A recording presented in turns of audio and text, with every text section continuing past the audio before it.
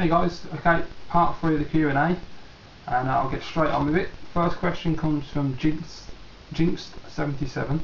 I got 4 questions. So question number 1, you must have watched a few video game and TV shows back in the day. If so, what was your favourite one? I'd probably say Games World. I know a lot of people prefer Games Master, and Game Master was great, but Games World for me was just brilliant with Bob Mills and the videators, you know, Big Boy Barry. The guy dressed like a pirate in purple, he was really cool. I love that show, it was an awesome format, and I do think that's something that's lacking at the moment. We haven't got a proper show, or like in America they have G4 with Adam Sessler and Morgan Webb, and they've got a whole thing there. They've got a daily wrap-up show, they get all the latest information. We don't get shit over it anymore. All we get is really crap shows. We had a couple of Violet Berlin shows on Bravo which were really good because she's awesome, she knows her stuff. But then we just get crap ones with no marks doing bloody voiceovers that mean nothing.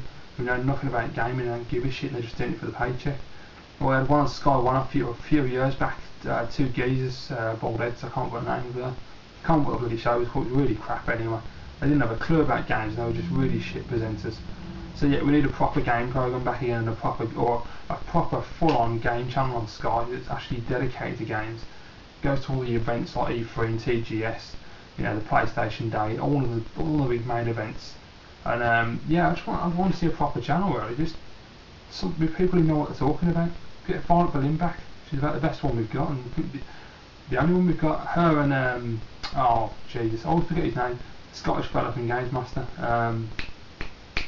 Oh shit, I can see him now. I don't know, I'll come back to me here. You're all going to be screaming at the telly now what he is, but I can't think of his bleeding name. But yeah, he's awesome. Number 2. What's the worst game you've played? Honestly, mate, I don't know. That's a really tough question. Over the span of time I've been playing games, that's a really hard one. I can't actually think of a single game that I would say was possibly the worst. There's been a few games that have annoyed me and I thought were pretty annoying as shit, but there's never been a game really that I've played that I've just can't be bothered with. Not that I can think of. Sure, I'll probably come off here and think of something there, but sorry about that. Okay, next one, question number 3 is, have you ever suffered any gaming related injuries, e.g. sprained thumb or joystick regular's wrist? No, I haven't. My joypads have had injuries where I've thrown them, but me personally, no. I've knackered plenty of joysticks playing Dave Thompson's Decathlon back in the day. My dad used to hide the joystick for that. Question 4, do you have any bad habits? So I answered this one in my last question and answers. I think it was basically things like biting my nails was the main one. I don't do it as half as much as I used to, but yeah, and wasting money on stuff I shouldn't waste money on. Buying games and consoles and selling them on. Stupid. Okay, next one's from Lee Naven. Lee's an actual friend of mine. He's a friend of the family, so hey Lee, how you doing, mate? Question 1, what razors do you use? I don't, I use electric, mate. Feel a shave all the way, I'm afraid. And that's when I can be asked. Question 2, where'd you get those big mugs? I think I got them from Matalan, as far as I know. It was either Asda or Matalan, but I'm pretty certain it was Matalan. Random question though. Okay, back forward punch. Steve wants to know, what's my favourite breakfast food? Now unfortunately I've just run out, it's my favourite Sue. I've got to get some shopping at the end of the week, so I can't show you the box, which is really annoying, but they're called raisin wheats. The little bits of wheat like that with a raisin in the middle of them. They used to be called raisin splits when I was a kid. They're absolutely phenomenal. They're the best cereal ever. They're just beautiful, man. You just soak them in hot milk and they just melt, and the raisins, absolute heaven. I love them. Next question comes from Eternia Boy. He says, what's your favourite system of all time and game as well? Quite simply, the Super Nintendo. We're out of date. My favourite game, Street Fighter Turbo. Quite frankly, if I just had a SNES with Street Fighter Turbo, no other games, I'd be happy. So yeah, definitely. Okay, next question is from, just pop that over there, Jodie Mudvayne. There's a couple of questions he wants to know the answers to. And Jodie asked me, question number 1, do you think there will be a high definition Wii? Yeah, I would think so. I would hope so. I'm you know, as I think you all know, I'm not a Wii fan, but I do believe that they're going to have to do a HD at some point. They're going to have to start realising that it's all right doing this casual market thing, but the people that you're aiming this machine at aren't gamers and aren't really interested in gaming, and it's just a fad, and they're going to play it a bit and stick it in the cupboard. They're not long-term customers like the rest of us, and they need to remember that. Question number 2. Do you think next generation of games consoles after the PS3 and Xbox and Wii will use game discs or only use downloads? Unfortunately, mate, I think they're going to go the digital download route. They're already aiming towards it anyway with the PSP Go, and there's been talk of it for years anyway, and I really think that's the way they're aiming. I personally, and I'm sure a lot of you guys out there, because we're all collectors, think that's a really shit idea. I like to have physical media. I don't see the point in digital. Me personally, I think digital's shit anyway, because if you download something and your hard drive corrupts, you've got to re-download it again. What a pain in the arse. You know, you can't take it around your friends' house. You've got to lug your hard drive, or you got to take your hard drive at your PS3, or you've got to take your console with you. No, that's a crap idea.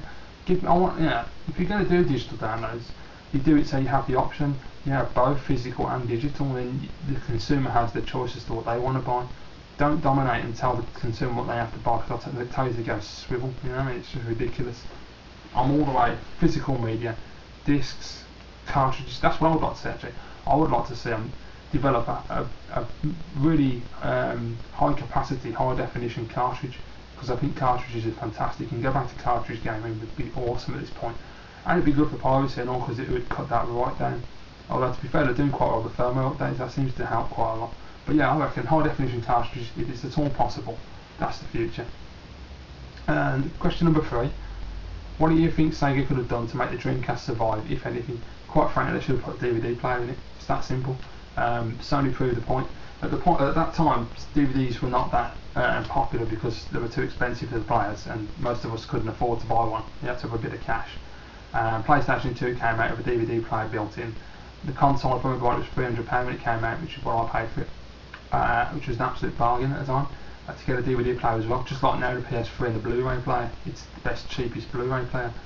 They know what they're doing, and that's what Sega should have done, because they had a fantastic console, great array of arcade titles, the graphics were beautiful, the console's really nice designed. I really like that. I think the Dreamcast looks great, nice and compact.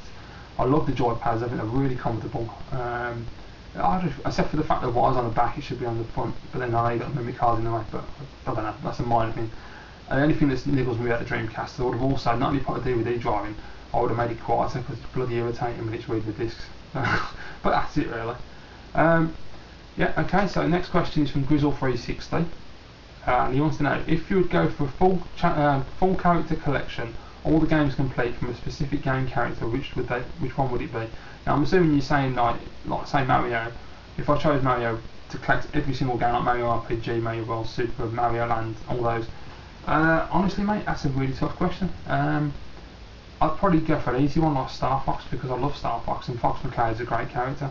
And unfortunately, it would mean getting the GameCube version, which kind of sucks. But it did actually, I must admit, Evil Slothman did a gameplay, and it did look quite decent. I just don't like the idea of getting out your ship and running around. You know, you got to fly. That's the whole point. So there you go, guys. That's part 3. Please come back for part 4. And that should be the final part then, I think, hopefully. And yeah, there you go. So I'll be back very shortly with part 4 of my Q&A, and please stay tuned. Bye for now.